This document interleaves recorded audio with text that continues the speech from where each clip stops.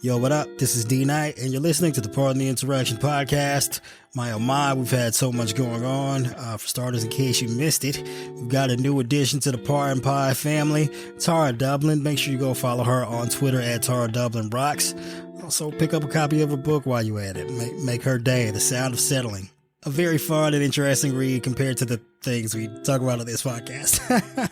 But yeah, we're heading toward the do or die time for the 2024 election. Go ahead and hit up JoeBiden.com. Get that man like $1 a month or something. Help his campaign staff up and get prepared to try and save our democracy. And make sure to grab like one other person you know and tell them about the podcast. Make sure they subscribe and tune in every single week. We got a lot of things coming up for you this year. We need all the support that we can get. So if you do your part and help us grow our audience, we'll do our part and help elect Joe Biden in 2024 and save American democracy. And this is the Pardon the Interaction podcast. Chapter 2, I just want to find 11,780 votes. In a now infamous telephone call on January 2nd, 2021, President Trump pressured Georgia Secretary of State Brad Raffensperger for more than an hour. The president confronted him with multiple conspiracy theories about the election, none of which were true. One after another, during their call.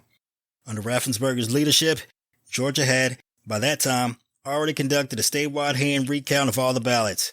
That recount and other post-election reviews proved that there was no widespread fraud and the voting machines did not alter the outcome of the election. They should have put President Trump's allegations to rest. But, undeterred by the facts, the president badgered Raffensperger to overturn the Georgia results. President Trump insisted that the ballots are corrupt and someone was shredding them. He issued a thinly veiled threat telling Raffensperger it is more illegal for you than it is for them because you know what they did and you're not reporting it. Of course, the Georgia officials weren't doing anything illegal, and there was nothing to report. Even so, Trump suggested that both Raffensperger and his general counsel, Ryan Germany, could face criminal jeopardy. That's a criminal offense. You can't let that happen, the president said. That's a big risk to you and to Ryan, your lawyer. I'm notifying you that you're letting it happen. And then the president made the demand. So look, all I want to do is this. I just want to find 11,780 votes, which is one more than we have, President Trump told Raffensperger. It was a stunning moment. The president of the United States was asking the state's chief election officer to, quote, find enough votes to declare him the winner of an election he lost. Raffensperger saw the president's warning to him on January 2nd as a threat. I felt then, and I still believe today, that this was a threat, Raffensperger wrote in his book, and this threat was multifaceted. First, the president notifying Raffensperger and his team of criminal activity could be understood as directing the law enforcement power of the federal government against them. While Raffensperger did not know for certain whether President Trump was threatening such an investigation, he knew Trump had positional power as president and appeared to be promising to, quote, make my life miserable. But the threat was also of a more insidious kind. As Raffensperger wrote in his book, others obviously thought it was a threat too, because some of Trump's more radical followers have responded as if it was their duty to carry out his threat. Raffensperger's deputy held a press conference and publicly warned all Americans, including Trump, that President Trump's rhetoric endangered innocent officials and private citizens and fueled death threats against Georgia election workers, sexualized threats directed towards Raffensperger's wife, and harassment at the homes of Georgia election officials. The January 2nd call promised more of the same. The upshot of President Trump's message to Raffensperger was, do what I ask or you will pay. President Trump's phone call with Secretary Raffensperger received widespread coverage after it was leaked, but Georgia was not the only state targeted by President Trump and his allies. The call was one element of a larger and more comprehensive effort, much of it unseen by and unknown to the general public, to overturn the votes cast by millions of American citizens across several states. As Chapter 1 explained, the root of this effort was the big lie. President Trump and his allies publicly claiming that the election was rife with fraud that could have changed the results, even though the president's own advisors and the Department of Justice told the president time and time again that this was not the case. But in parallel with this strategy, President Trump and his allies zeroed in on key battleground states that the president had lost, leaning on Republican state officials to overrule voters, disregard valid vote counts, and deliver the state's electoral votes to the losing candidate. Had the scheme worked, Trump could have, for the first time in American history, subverted the results of a lawful election to stay in power. This was a deeply anti-democratic plan to co-opt state legislatures through appeals to debunk theories of election fraud or pure partisan politics, to replace Biden electors with Trump electors so President Trump would win the electoral vote count in the joint session of Congress on January 6th. Had enough state officials gone along with Trump's plot, his attempt to stay in power might have worked. It is fortunate that a critical mass of honorable officials withstood President Trump's pressure to participate in this scheme. They, and others who stood up to him, closed off avenues for thwarting the election so that by noon on January 6th, President Trump was left with one desperate final gambit for holding on to power, sending his armed, angry supporters to the United States Capitol. Chapter 2, Section 1. The Electoral College and President Trump's attempt to subvert it. When Americans vote for a presidential candidate on Election Day, they are actually casting votes for that candidate's proposed presidential electors to participate in the Electoral College.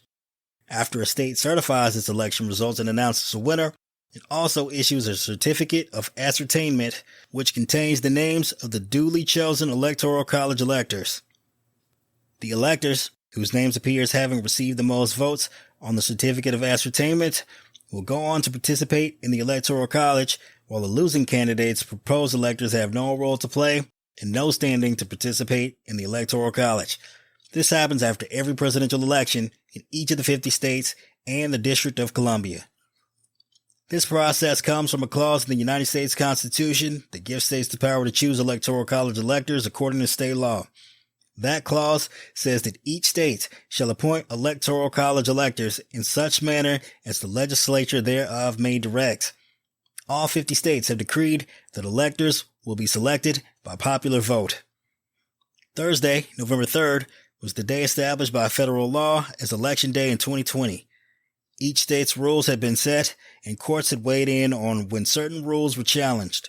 Polls opened around the country, and votes came in, whether in person or via mail, according to each state's laws. Over 154 million voters cast votes according to the rules in place on Election Day. President Trump lost.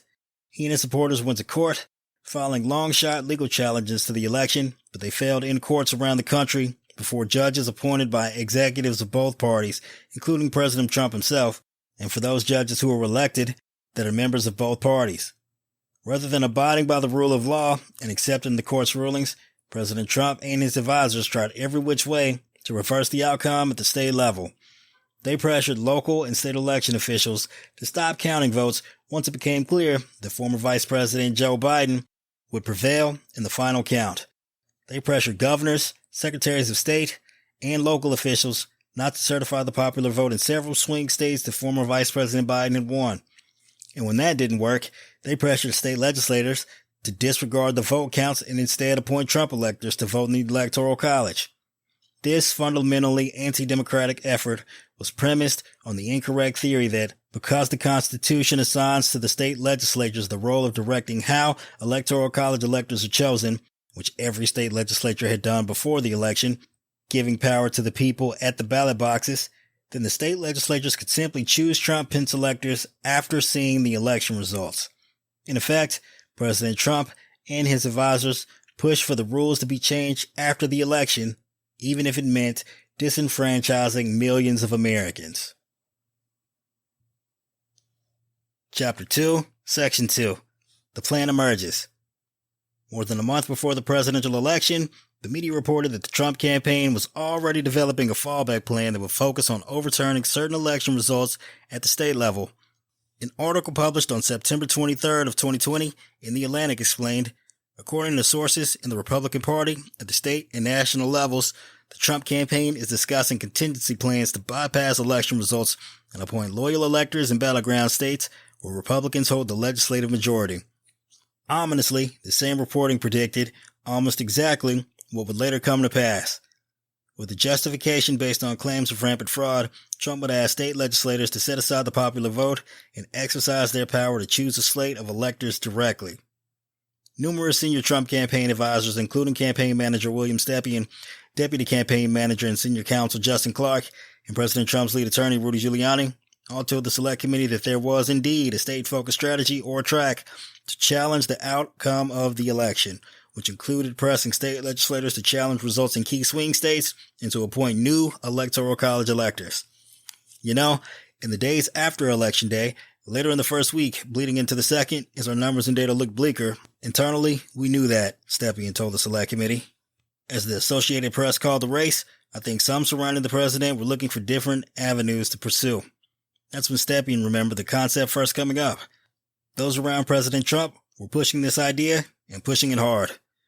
Just 2 days after the election, Trump's son, Donald Trump Jr., forwarded to the White House Chief of Staff Mark Meadows a suggestion that state assemblies can step in and vote to put forward the electoral slate as Republicans control Pennsylvania, Wisconsin, Michigan, North Carolina, etc. We get Trump electors. And so we either have a vote we control and we win, or it gets kicked to Congress on January 6th. Chief of Staff Meadows responded, working on this for Pennsylvania, Georgia, and North Carolina already. Within 1 week after the election, Meadows also sent or received several other messages. The state legislature can turn over the electoral process, Mark Meadows texted Georgia State Senator Marty Harbin. Agreed, Mark Meadows texted to a different senator who suggested that the Trump administration should get out there if they were seriously considering the state legislature strategy. I'll tell him, Mark Meadows texted to a senator who suggested President Trump starts building momentum for the state legislatures. I love it, Mark Meadows texted to Representative Andy Biggs, who relayed what he acknowledged as a highly controversial idea to have the Republican legislatures appoint electors, spelled appoint-a-look-doors. Why can't the states of Georgia, North Carolina, Pennsylvania, and other R-controlled state houses declare this as BS, where conflicts in election not called that night, and just send their own electors? I wonder if POTUS knows this. Former Secretary of Energy Rick Perry to Mark Meadows.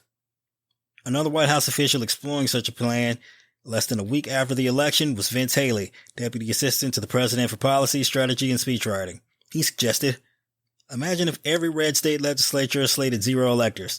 It would reveal that we are a red country. To do this, we could have to jack this to the nth degree as a battle of the tribes.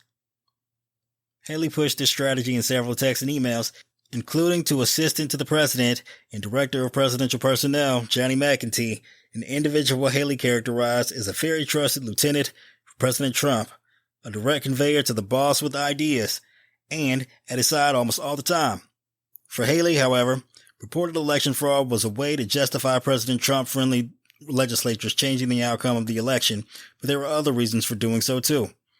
Election fraud was only one rationale for slating Trump electors, Haley told McEntee, and we should boldly assert that state legislators have the constitutional right to substitute their judgment for a certified majority of their constituents if that prevents socialism.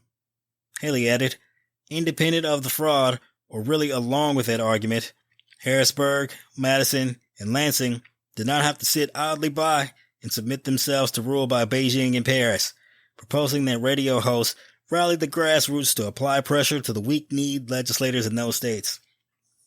McEntee replied, yes, and then, let's find the contact info for all those people now.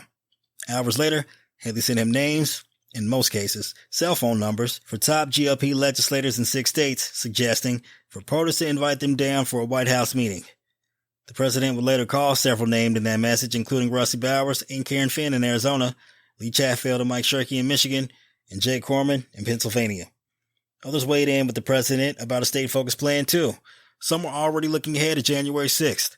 On November 8th, former Speaker of the House Newt Gingrich met with Trump at the White House. 2 days later, he sent a follow-up note to the president's executive assistant entitled, Please give to POTUS, Newt.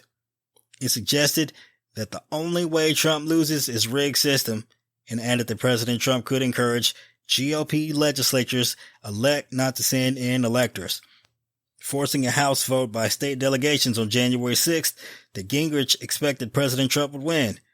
Meadows replied, thanks, Speaker. Newsmax CEO Christopher Ruddy had President Trump's ear and reportedly spoke with him by phone at least 4 times before December.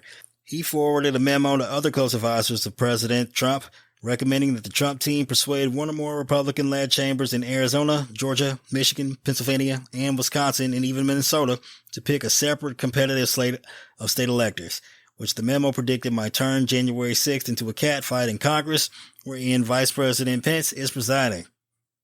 Attorney and conservative activist Cleta Mitchell was recruited by Mark Meadows immediately after the election to assist the Trump campaign's legal work. By November 5th, she emailed Dr. John Eastman of Chapman University, who would later play an outsized role pushing a theory about what Vice President Pence could or couldn't do during the January 6th joint session of Congress that is detailed in Chapter 5 of this report. In her email, Mitchell asked Eastman to write a memo justifying the idea that state legislators reclaim the power to pick electors and asked rhetorically, "Am I crazy?" Fourth wall break here. Yes, she's crazy. Dr. Eastman wrote the memo entitled "The Constitutional Authority of State Legislators to Choose Electors" and sent it along for sharing widely. According to the Office of Presidential Scheduling, President Trump was scheduled to meet in the Oval Office on November 10th with Morgan Warsler and John Robinson, Texas entrepreneurs close to former Governor Rick Perry.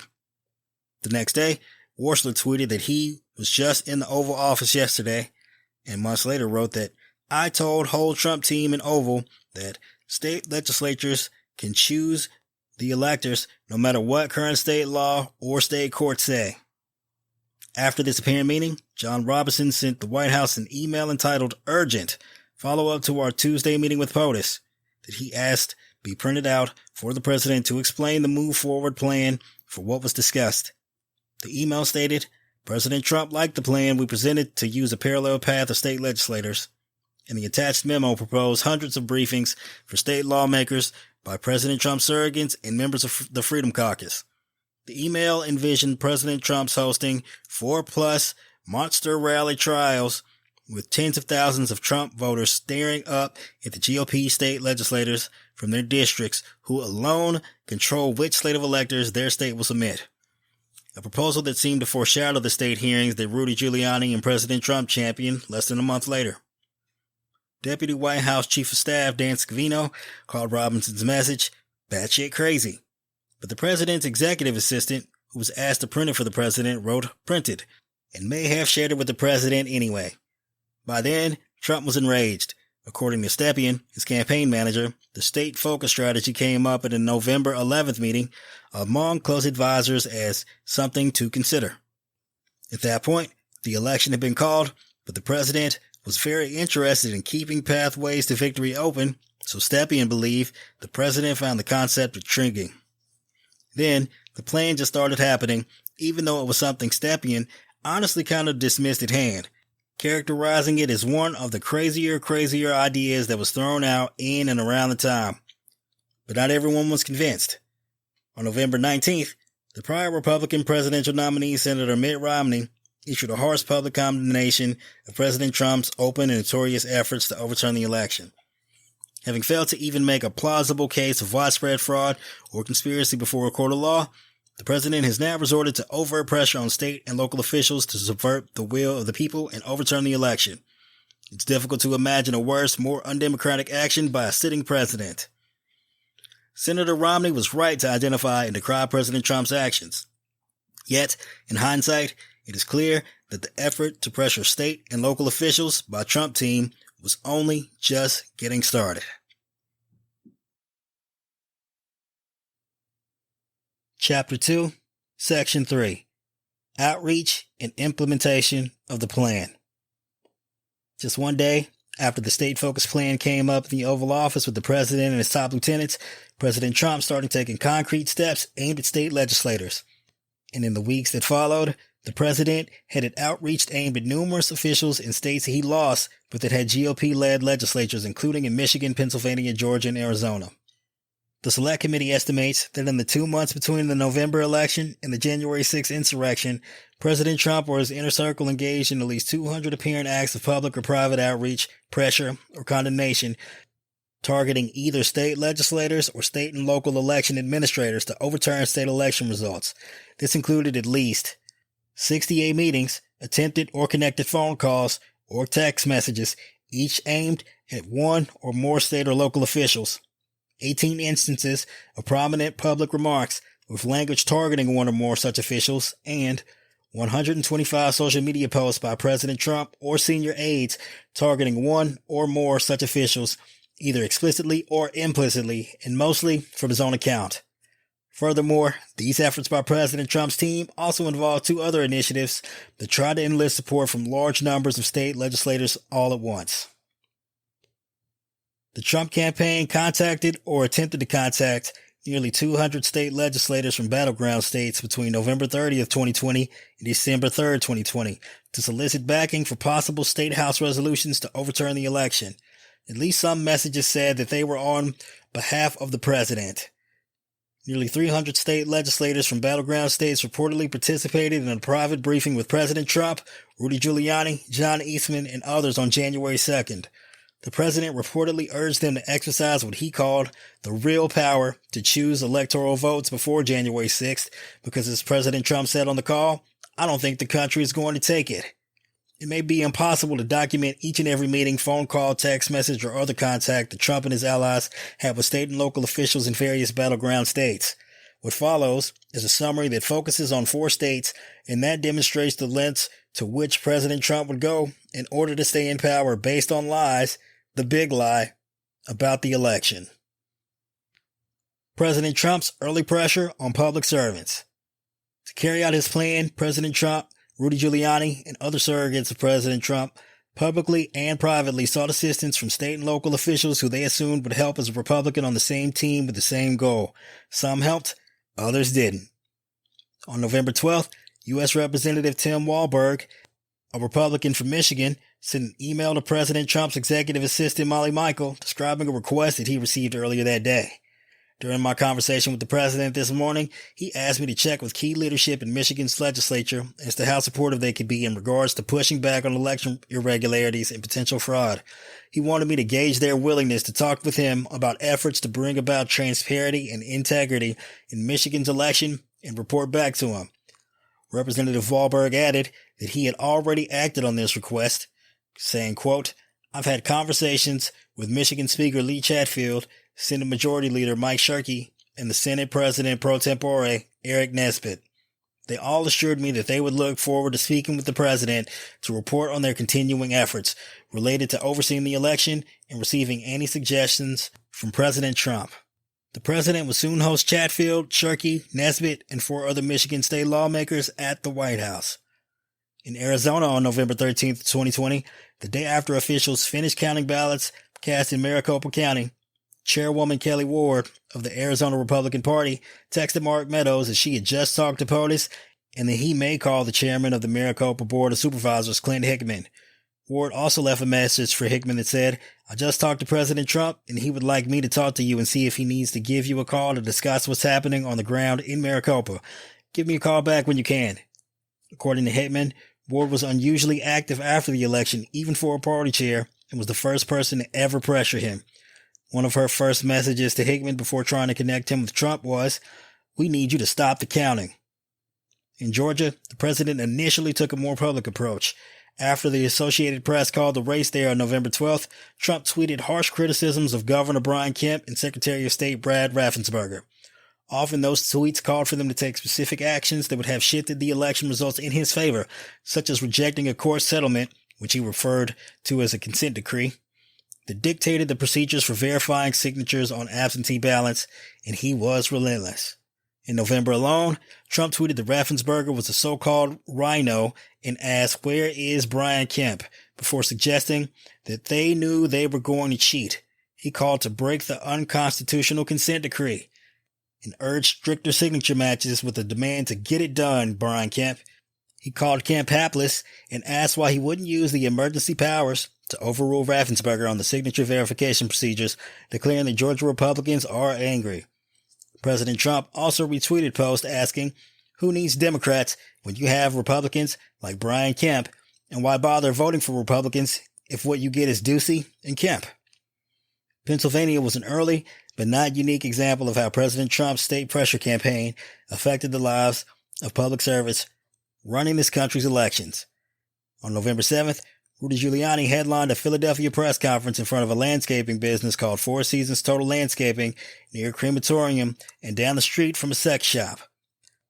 Standing in front of former New York Police Commissioner and recently pardoned convicted felon Bernard Kerik, Giuliani gave opening remarks and handed the podium over to his first supposed eyewitness to election fraud, who turned out to be a convicted sex offender.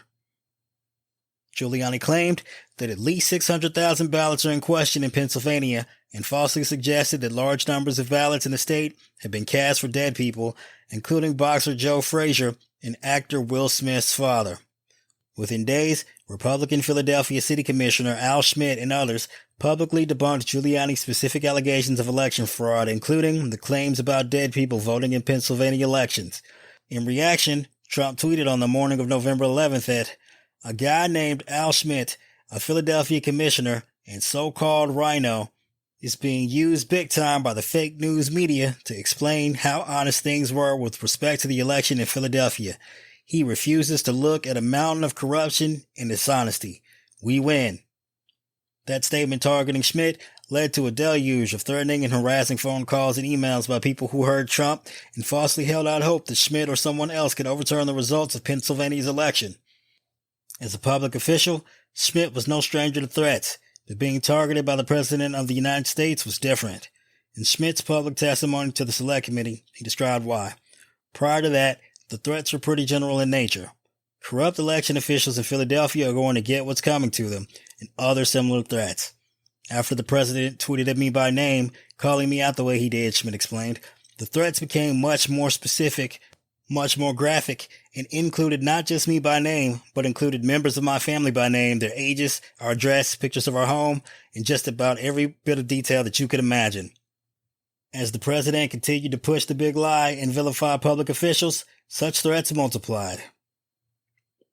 Efforts to prevent state and local officials from certifying the election. Some of President Trump's early outreach was part of an effort to prevent state and local officials from certifying his loss.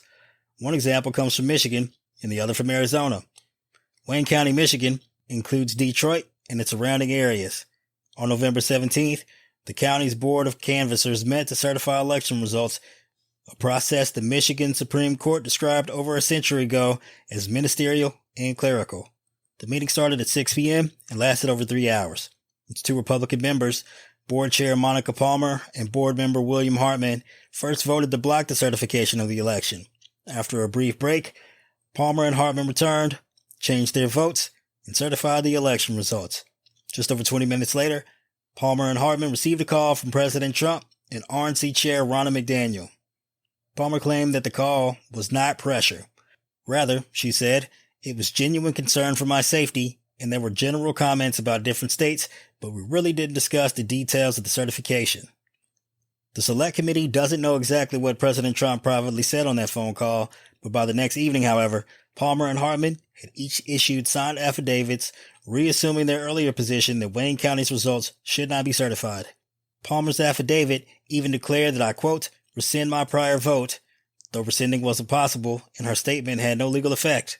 And President Trump apparently knew before it was public that Hartman and Palmer would try to change their votes. It's almost 8 hours before either of these affidavits were publicly released. President Trump tweeted that those two harassed Patriot canvassers refused to sign the papers. Republicans in Arizona experienced similar treatment. In the most populous and electorally significant county in Arizona, Maricopa County's Board of Supervisors met on November 20th to certify the county's election results. Their board, made up of 4 Republicans and 1 Democrat, carefully reviewed the official canvass, asked questions for approximately 2 hours, then unanimously voted to certify the results. Earlier that day, Kelly Ward contacted 2 of the board's members, Jack Sellers and Bill Gates, and asked them to delay the certification on the basis of supposed improprieties. According to Sellers and Gates, however, Arizona law required certification that day, and they had no information, neither then nor ever, to doubt the county's election results. When Arizona certified its 2020 statewide election results on November 30th, it fell to Governor Doug Ducey, a Republican, to sign the certification. While on camera, during his signing ceremony, Governor Ducey's phone rang and played a ringtone for the song Hail to the Chief, which he immediately silenced. The governor later confirmed it had been President Trump calling, and that he had returned the president's call shortly thereafterwards, but declined to say what the two discussed, other than saying President Trump did not ask him to withhold certification. The Select Committee does not know whether that is true, but that evening, President Trump blasted Ducey on Twitter, accusing him of rushing to put a Democrat in office and warning that Republicans will long remember. The president also retweeted posts bashing Ducey and his Georgia counterpart Brian Kemp, which asked, "Who needs Democrats when you have Republicans like Brian Kemp and Doug Ducey? Why bother voting for Republicans if what you get is Ducey and Kemp?" And, Brian Kemp, "My state ran the most corrupt election in American history. Doug Ducey, hold my beer." President Trump even commented, "True," when retweeting a post that Governor Ducey has betrayed the people of Arizona. Governor Ducey pushed back, writing on Twitter that, "I've been pretty outspoken about Arizona's election system and bragged about it quite a bit, including in the Oval Office. In Arizona, we have some of the country's strongest election laws in the country. The problems that exist in other states simply don't apply here." Governor Ducey explained the law for certifying elections in Arizona and pointed out that the certification now triggered a 5-day window for any elector to bring a credible challenge to the election results in court. If you want to contest the results, now's the time. Bring your challenges. And Governor Ducey referenced his oath of office. "That's the law. I've sworn an oath to uphold it, and I take my responsibility seriously." President Trump and his allies never brought a credible challenge and instead lost every case that they brought challenging the results in Arizona. Efforts to replace Electoral College electors and overturn the election. Once counties and states certified the election, or when it was nearly certain that they would, President Trump and his team focus largely shifted. President Trump and his team encouraged state legislators to meet in special sessions, if necessary, and choose Electoral College electors who would vote for the Trump-Pence ticket. Ultimately, no state legislature took that step, but it was the basis for pressuring state officials from November through January 6 of 2021. Meetings with state legislators. The hearings. The concept of state legislators appointing their own electors featured prominently in a series of hastily arranged, unofficial and official hearings, quote-unquote, with state legislators that the Trump team announced on November 24th of 2020. On November 25th, Trump called into an unofficial meeting with legislators in Gettysburg, Pennsylvania. The meeting was set up to appear like an official hearing, but it was not. It took place in a hotel ballroom, and those presenting arguments or purported evidence like Giuliani, Jenna Ellis, and others were not placed under oath. According to Jake Corman, the president pro tempore of the Pennsylvania Senate, he had initially been asked by State Senator Doug Mastriano to hold a hearing about the election. Corman responded that any formal hearing should be official, with sworn testimony, and open to both parties. That was not what Senator Mastriano ultimately convened. President Trump had originally made plans to attend the Pennsylvania gathering in person, but he canceled after several advisors tested positive for COVID-19. When Trump called in and spoke to those gathered in the hotel ballroom, his false claims were met with cheers, and he made the purpose clear. The election has to be turned around. Why wouldn't they overturn an election? Certainly overturn the election in your state. We have to turn the election over. President Trump made the ask, and Giuliani told the legislators how to carry it out. Giuliani told the assembled legislators that it was their power and responsibility to pick Pennsylvania's presidential electors, and that they have to convince the rest of their members, Republican and Democrat, they owe that to the people of Pennsylvania. Jenna Ellis told them that although Pennsylvania law dictates that electors are chosen by popular vote, you can take that power back at any time. You don't need a court to tell you that. Trump invited some of the lawmakers to come meet him in the White House that evening, and according to Giuliani, it was a large group that went. Special Assistant to the President, Cassidy Hutchinson, her text messages with Bernard Kerik included the guest list and descriptions of the vehicles that would need access to the White House grounds. Pennsylvania State Senator Doug Mastriano drove one car, a hired driver drove a van with most of the state legislators, and Kerik drove an SUV with attorney Catherine Friess and election conspiracy proponent Phil Waldron. Hutchinson estimated that at least 29 visitors traveled from Pennsylvania to the White House that day, and she explained that their conversations with the president touched on holding a special session of the state legislature to appoint Trump electors. Just a few days later, on November 30th, 2020, Trump also called into another one of Giuliani and Jenna Ellis' hotel hearings, this time in Arizona. Several Arizona state lawmakers hosted the meeting at a Hyatt Regency in Phoenix after they did not receive permission to organize an official hearing at the state capitol. Before the hearing started, state GOP Rep.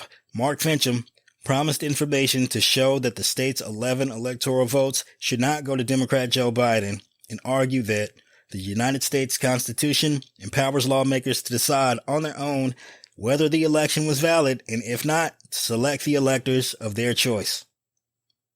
Giuliani told the assembled legislators that the officials certifying Arizona's election results have made no effort to find out if the results of the election were accurate, which seems to me gives the state legislature a perfect reason to take over the conduct of this election because it's being conducted irresponsibly and unfairly. Likewise, Jenna Ellis said it was not just a choice, but the actual duty and obligation of the legislature to step in and make sure that you don't certify false results. During a recess, she also took to Twitter writing, "The certification of Arizona's false results is unethical and knowingly participating in the corruption that has disenfranchised Arizona voters. But this in no way impacts the state legislature's ability to take back the proper selection of delegates." When it was Trump's turn to address his handful of lawmakers over the phone, he called them legends for taking this on and used the opportunity to criticize Governor Ducey. You'll have to figure out what that's all about with Ducey. He couldn't certify fast enough. And Arizona will not forget what Ducey just did. We're not going to forget. That night, Giuliani joined President Trump in criticizing Governor Ducey, at the same time making baseless allegations about voting machines in Arizona and calling for a special legislative session to change the outcome of the election. Governor Ducey of Arizona refuses to meet with me. He doesn't want to explain that he selected a foreign, corrupt voting machine company to count the vote. I understand his reluctance, but just call a special session. Let's find out how crooked your election really was. Michigan was next. Giuliani's team announced that the Michigan legislature would hold a hearing on December 1st, but the relevant committee chair excluded Giuliani because it was only open to witnesses with first-hand knowledge. That chairman, Michigan State Senator Edward McBroom, had already held Senate oversight hearings by then in an effort to evaluate claims of fraud in the 2020 election, which ultimately resulted in a comprehensive report that concluded that the Republican-led committee found no evidence of widespread or systemic fraud in Michigan's election. Michigan's House Oversight Committee, however, did allow Giuliani to testify in a hearing on December 2nd. Before the hearing, Giuliani joined the state's GOP chairwoman to give what was billed as a legal briefing. And in the online presentation, Giuliani told the audience, "There's nothing wrong with putting pressure on your state legislators to pick new electors, and that you have got to get them to remember that their oath to the Constitution sometimes requires being criticized. Sometimes it even requires being threatened."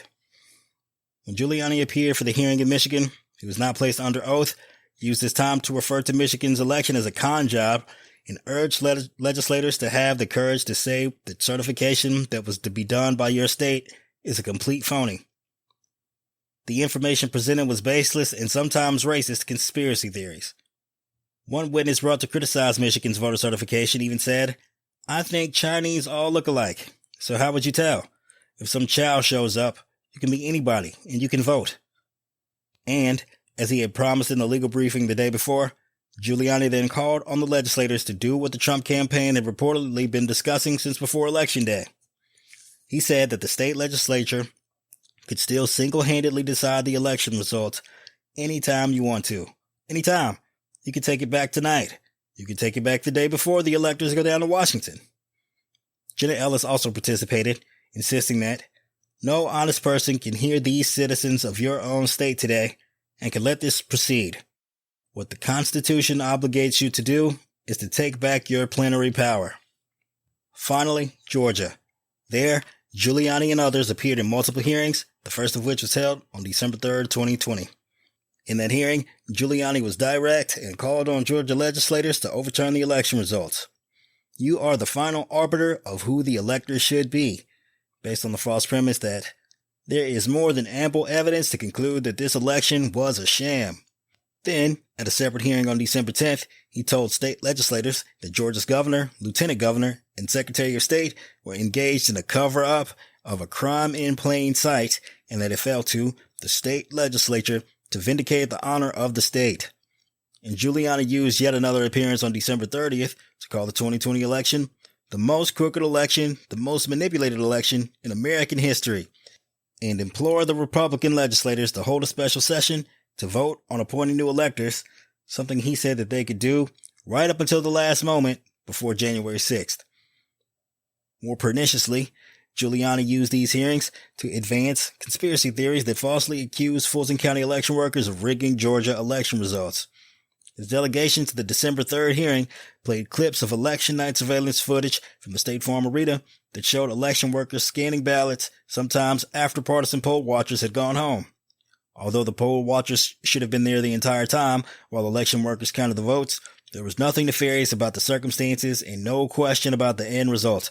In fact, the FBI, the Department of Justice, and Georgia Bureau of Investigation would determine that these ballots were legitimate ballots and the observers were not illegally ejected, and that the ballots were scanned and counted properly, contrary to claims by President Trump and his attorneys.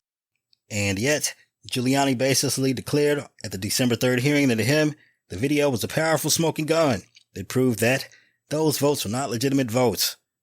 But Giuliani's claim took a more ominous turn during the December 10th hearing. There, he publicly named two of the election workers shown in the video, Ruby Freeman and her daughter, Wandrea Arshay, as in Shay, Moss, and accused them of vote tampering and engaging in criminal conduct.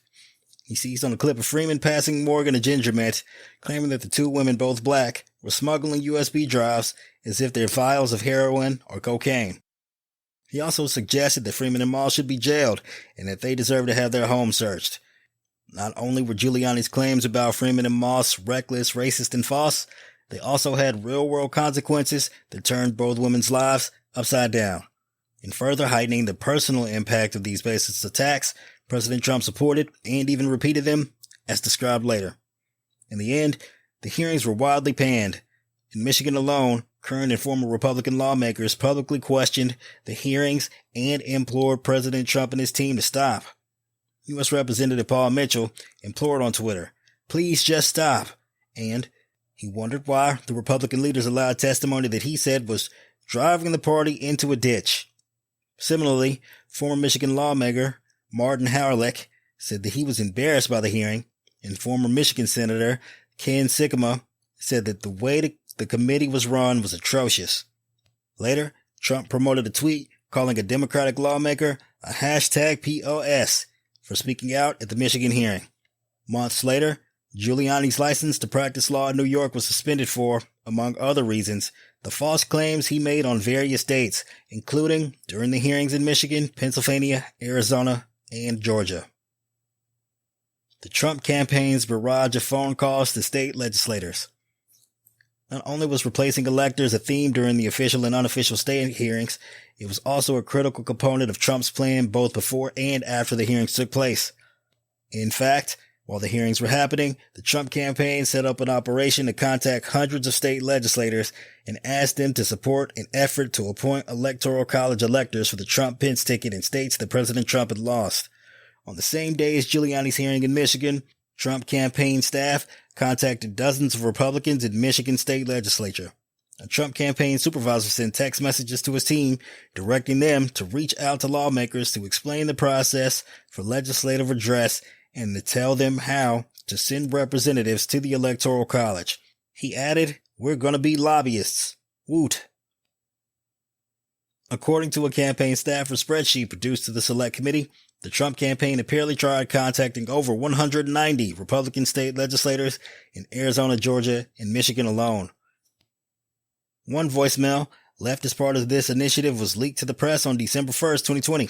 In it, a Trump campaign staffer said, "I did want to personally reach out to you on behalf of the president." Her main point came later in the message. "We want to know when there is a resolution in the House to appoint electors for Trump if the president can count on you to join in support."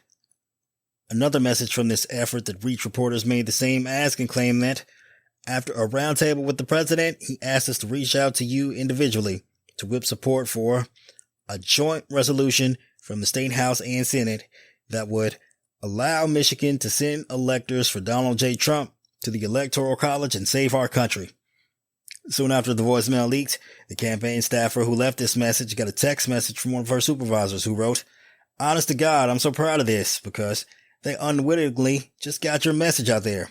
He elaborated, "You used the awesome power of the presidency to scare a state rep into getting a statewide newspaper to deliver your talking points." Outreach by President Trump and senior aides. While campaign aides blanketed state officials with these calls, some state officials received more personalized outreach directly from President Trump, Giuliani, and their allies through the post-election period about this issue. Michigan. As discussed earlier, Rep. Wahlberg reached out to state legislators in Michigan at the president's request in mid-November, including Senate Majority Leader Mike Shirkey and House Speaker Lee Chatfield. By November 18th, President Trump called Chatfield and Shirkey to invite them to what would become a meeting for a group of Michigan lawmakers in the Oval Office. Although President Trump didn't tell Shirkey what the meeting would be about, the president was focused on the election and asked Shirkey what he and others were doing to investigate election fraud. The meeting happened on November 20th. In Shirkey's words, there wasn't a mystery about why the group was at the White House once the meeting started. When the president mentioned several baseless claims of election fraud in Wayne County, Shirkey told the president that he had lost the election and that it had nothing to do with Wayne County, where he had actually performed better than he had in 2016. From the president's body language, Shirkey concluded that wasn't what he wanted to hear. But the meeting continued, and the president dialed in Giuliani, who delivered a long monologue reciting a litany of allegations about supposed fraud that was short on substance. Shirkey challenged Giuliani, asking, "Where are you going to file a lawsuit in Michigan?" which he said Giuliani did not answer. Although Shirkey says he did not recall the president making any precise ask, Chatfield recalled President Trump's more generic directive for the group to, quote, "have some backbone and do the right thing." Chatfield understood that to mean they should investigate claims of fraud and overturn the election by naming electors for President Trump. Shirkey told the president that he was not going to do anything that would violate Michigan law. After the meeting ended, Shirkey and Chatfield issued a joint statement. "We have not yet been made aware of any information that would change the outcome of the election in Michigan, and as legislative leaders, we will follow the law and follow the normal process regarding Michigan's electors, just as we have said throughout this election." That was not the end, however. Chatfield and Shirkey received numerous calls from the president in the weeks following the election. Chatfield told the Select Committee that he had received approximately 5 to 10 phone calls from President Trump after the election, during which Trump would usually ask him about various allegations of voter fraud. Chatfield said that he had repeatedly looked into the president's claims, but never found anything persuasive that could have changed the outcome of the election. President Trump's calls were not enough, so he turned to the public. On January 3rd of 2021, the Trump campaign posted a tweet that urged supporters to contact Speaker Lee Chatfield and Senate Majority Leader Mike Shirkey to demand a vote on decertification. While President Trump thought the Michigan legislature would convene to decertify the election in a matter of hours when it had refused to do so early in November, is not clear. But that didn't stop Trump from making things personal. The president's January 3rd tweet included Shirkey's personal cell phone number, as well as a number for Chatfield that turned out to be wrong. As a result, Shirkey said he received nearly 4,000 text messages, and another private citizen reported being inundated with calls and texts intended for Chatfield. Pennsylvania.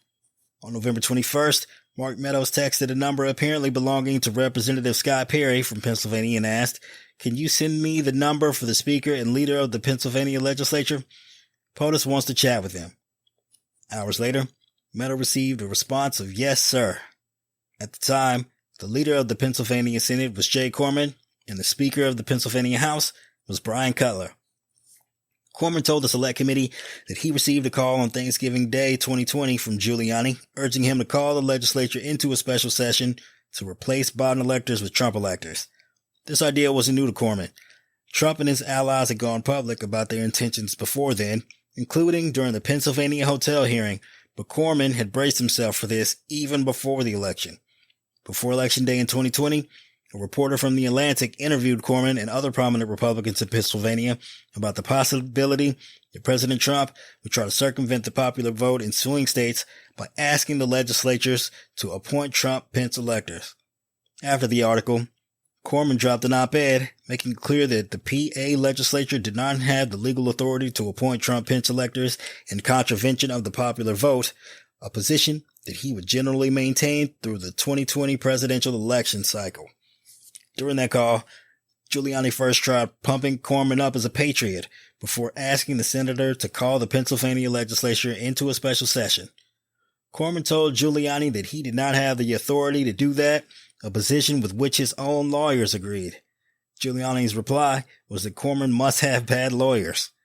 Corman said he offered to connect Giuliani with his legal team. His legal team spoke with Giuliani and a lawyer working with him, Jenna Ellis, the following day, reiterating their view that such a move by the legislature would be illegal. That same day, or possibly the next, Giuliani and Ellis called him back to renew their request for a special legislative session and to demean Corman's attorneys, calling them terrible, bad, and wrong. Corman, however, held his ground and ended the call. While packing to return to Pennsylvania from his Thanksgiving visit to Florida, Corman says he received a call from an unknown number with the Washington, D.C. area code, which he let go to voicemail. It turned out to be a White House operator calling on behalf of President Trump. Corman called back and spoke to President Trump, who insisted that he had won the election in Pennsylvania and said something to the effect of, "Jake, this is a big issue. We need your help." Corman told the president that he couldn't do what the Trump team was asking. President Trump replied, "I'm not sure your attorneys are very good." Corman wanted to end the call and offered to have his lawyers speak again with President Trump's, but they never had another call with the president's lawyers. Pennsylvania House Speaker Brian Cutler was another main target for the president's team. He received voicemails in late November for 4 days in a row from Giuliani and/or Ellis, which he provided to the Select Committee. Cutler explained that he did not feel comfortable talking with the president's team in case he ended up having to preside over a legislative session about the election, and he had his attorneys relay that to the president's team. Giuliani received the message but continued to call Speaker Cutler nonetheless. In the first of these voicemails, on November 26th, Giuliani asked to get together quietly to discuss the amount of fraud that went on in your state, and said that Giuliani and Ellis had also just spoken to Pennsylvania House Majority Leader Kerry Benningoff. On November 27th, Ellis called and said in a second voicemail that they had just talked to Pennsylvania House member Russ Diamond and were very grateful to the state legislature for doing your Article 2 duty. On November 28th, Giuliani left a third voicemail and claimed to have something important that really changes things and said that the president really wanted to make sure I got it to you. And then on November 29th, Giuliani left a fourth message and said, "I understand that you don't want to talk to me now, but still sought the courtesy of being able to talk to you as the president's lawyer and a fellow Republican because you're certifying what is blatantly a false statement. I can't imagine how that's in your interest or in the interest of our party." Giuliani and Ellis didn't get through, but the president did. "If we wanted to do something, what were the options?" the president asked Cutler. Cutler explained to President Trump that he could file a legal challenge contesting the election and asked the president why his team had never requested a statewide recount. Cutler was also clear about the constitutional peculiarities of Pennsylvania, where the state constitution specifically prohibits retroactive changes to how electors are chosen.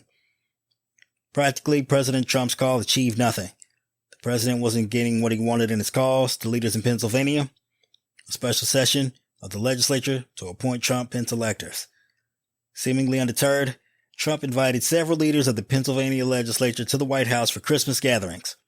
Senator Corman decided not to go, although Speaker Cutler did. President Trump spoke with Cutler on December 3rd, while Cutler, his chief of staff, and their wives were at that White House Christmas tour.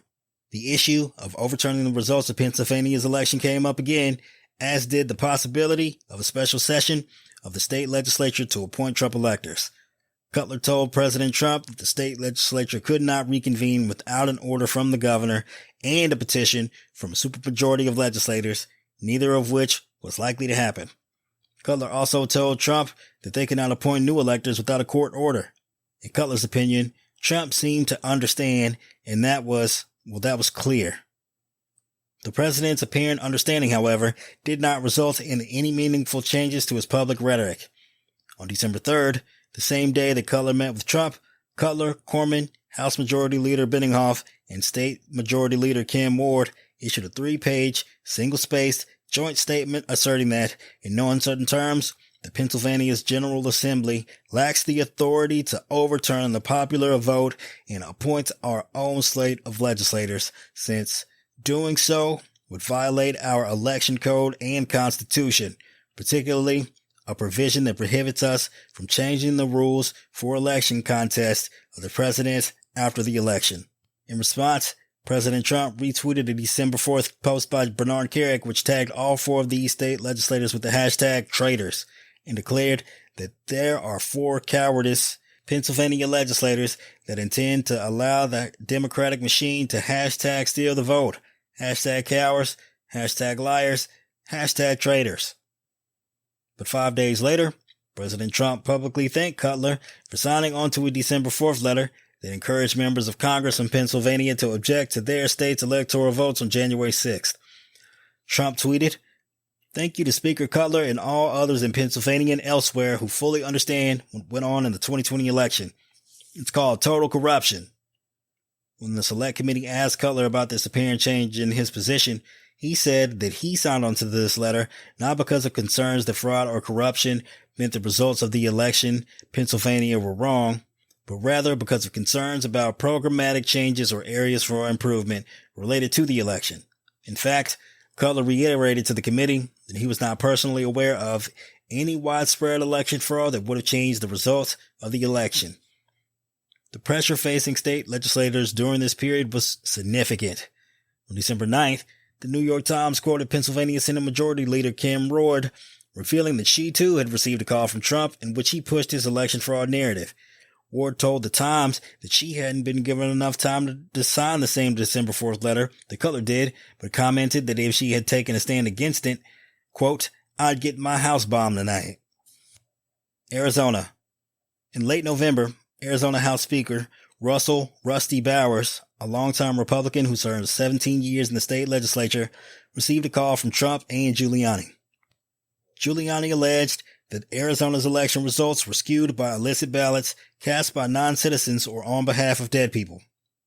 Bowers demanded proof for these audacious claims on the call, and President Trump told Giuliani to comply, but the evidence never came. The point of the call, however, was different. Like in Michigan and Pennsylvania, Trump and his allies were working the phones to get something. They wanted Bowers to hold a public hearing with the ultimate aim of replacing presidential electors for former Vice President Joe Biden with electors for President Trump. Bowers had never heard of anything like that before, and Giuliani acknowledged that it had never been done before. Where President Trump and Giuliani saw a potential opportunity, however, Bowers saw a fundamental problem. As Bowers explained it, what they wanted him to do was counter to my oath when I swore to the Constitution to uphold it. And he said that to the President and Giuliani. "You are asking me to do something against my oath, and I will not break my oath." Giuliani replied, "Aren't we all Republicans here? I mean, I think you would listen a little more open to my suggestions that we're all Republicans." The pressure didn't start with that call.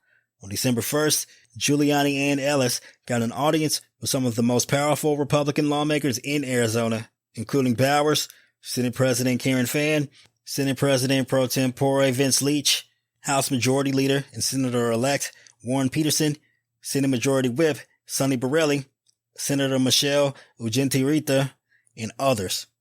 The Select Committee was unable to get Giuliani and Ellis's perspective on this outreach because Giuliani claimed that his communications with Bowers, who was not his client nor part of his legal team, were privileged, while Ellis invoked her Fifth Amendment rights against self-incrimination.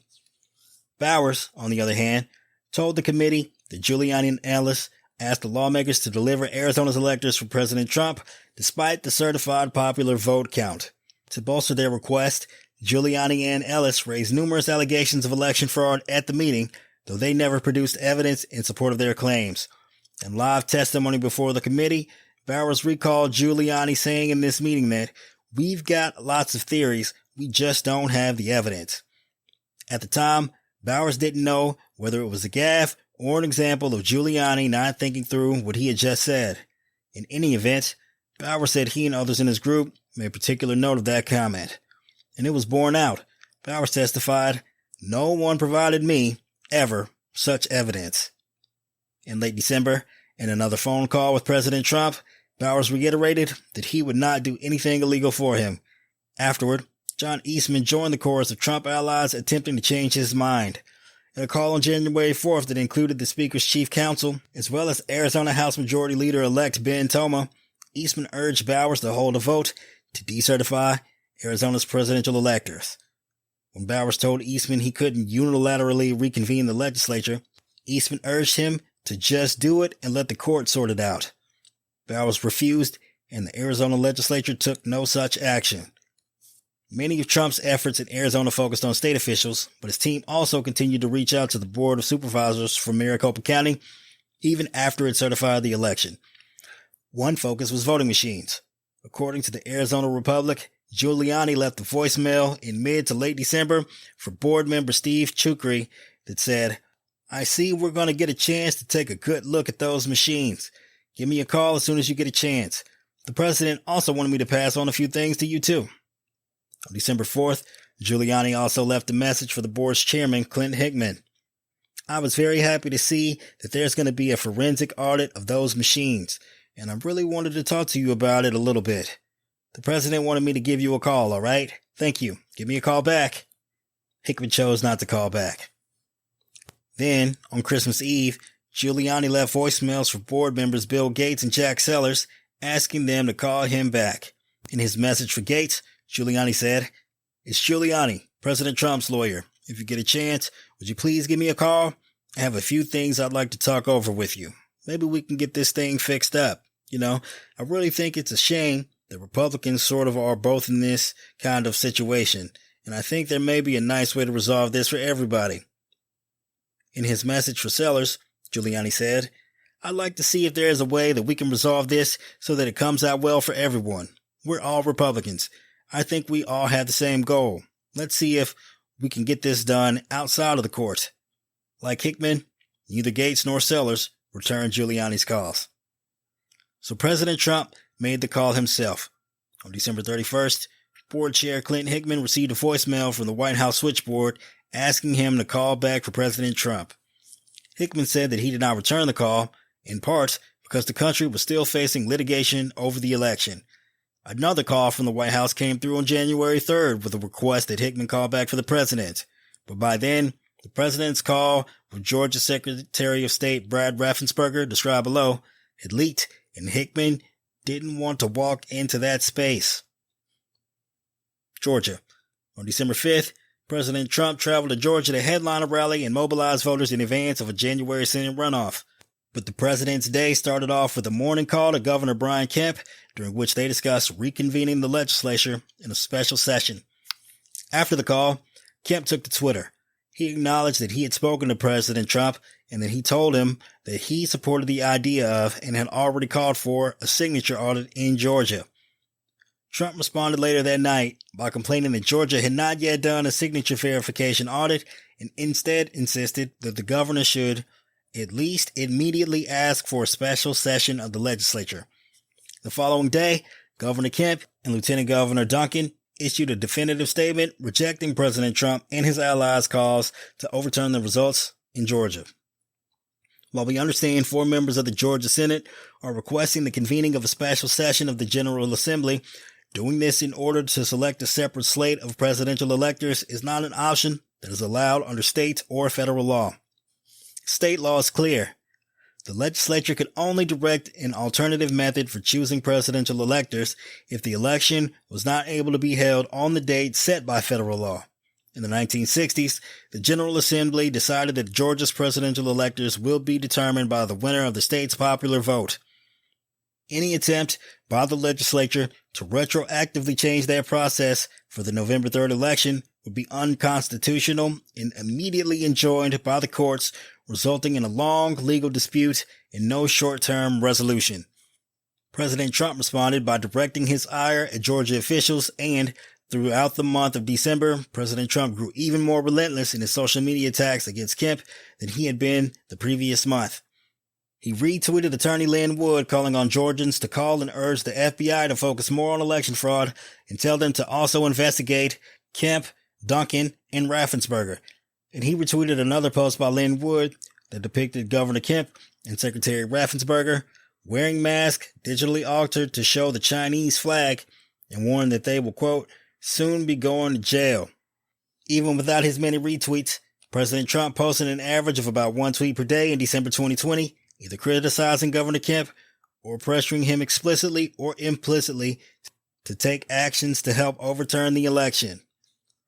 President Trump seemed consumed with his plans to overturn the election, and based on documents obtained by the Select Committee, it appears that Trump received input from many outside donors or advisors who had access to his staff's email addresses.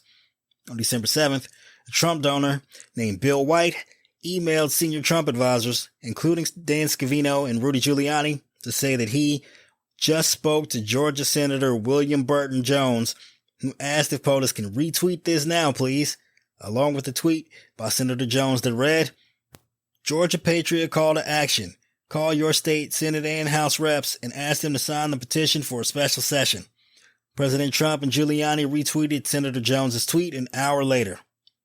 Bill White also emailed Molly Michael, Dan Scavino, and Giuliani on December 8th with information that he said, POTUS asked me last night to send right away. He recommended a presidential tweet criticizing Georgia's Lieutenant Governor Duncan, as well as tweets to put pressure on Senate Majority Leader Mike Dugan and Senate President pro tempore Butch Miller.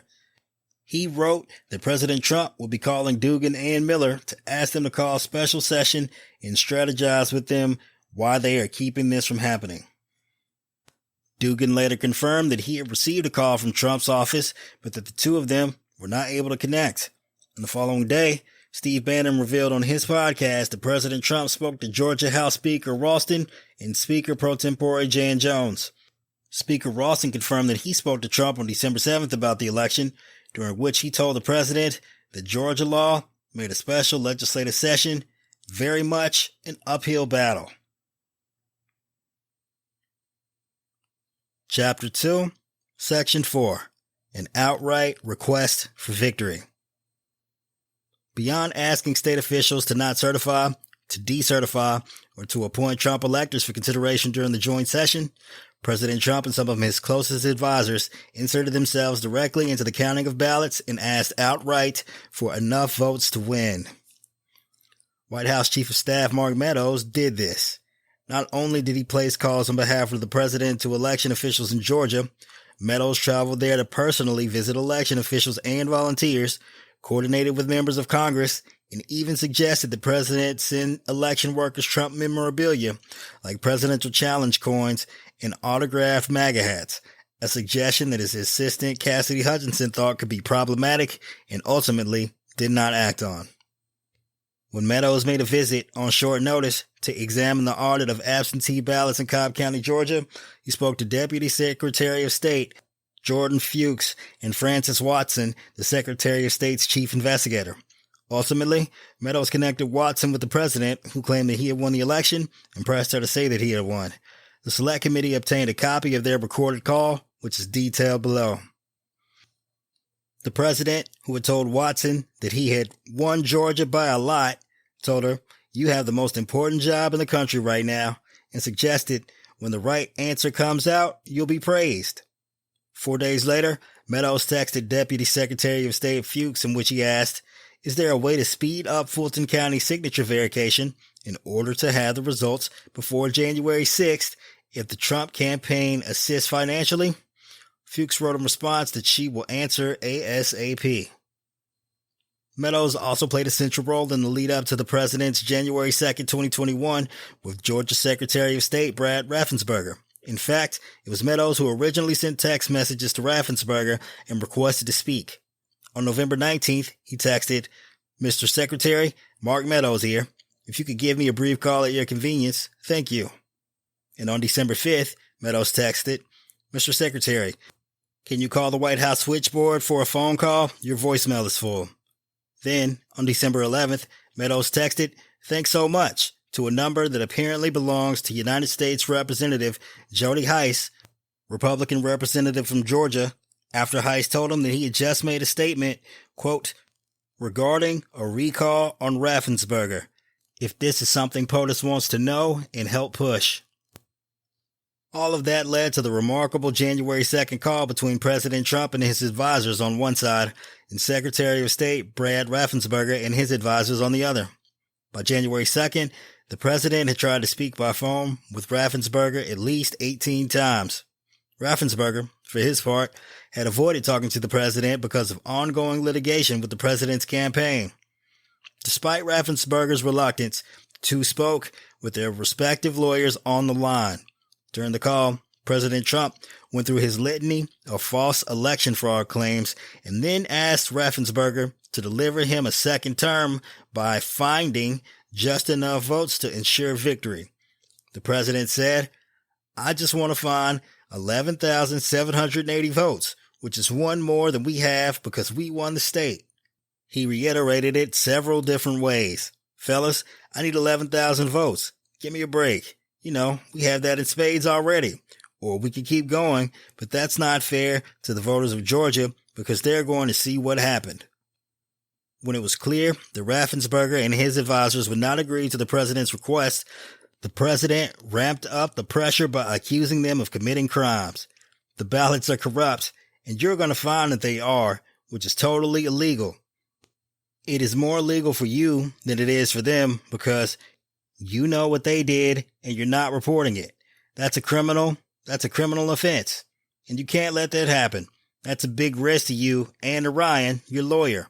I'm notifying you that you're letting it happen. The president would stop at nothing to win Georgia.